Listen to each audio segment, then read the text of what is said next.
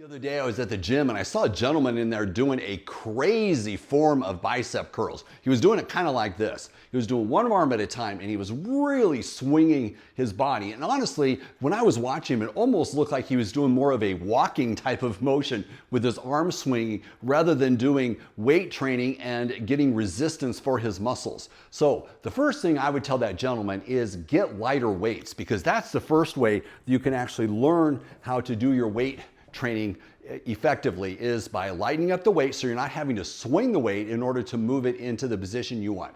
So the second thing is we want to make sure and brace the body. So I'm going to do that by, you can offset the feet or you can keep the feet alongside each other. I'm going to offset mine, pull the shoulders back, pull the belly in, contract the glutes, and then whether you're doing one arm at a time or two, you're going to hold the body still. Hold it still. There's no swinging. And I've chosen light enough weight that I don't have to swing, but I'm still feeling the resistance. Now I'm going to power the weight up, control it going down.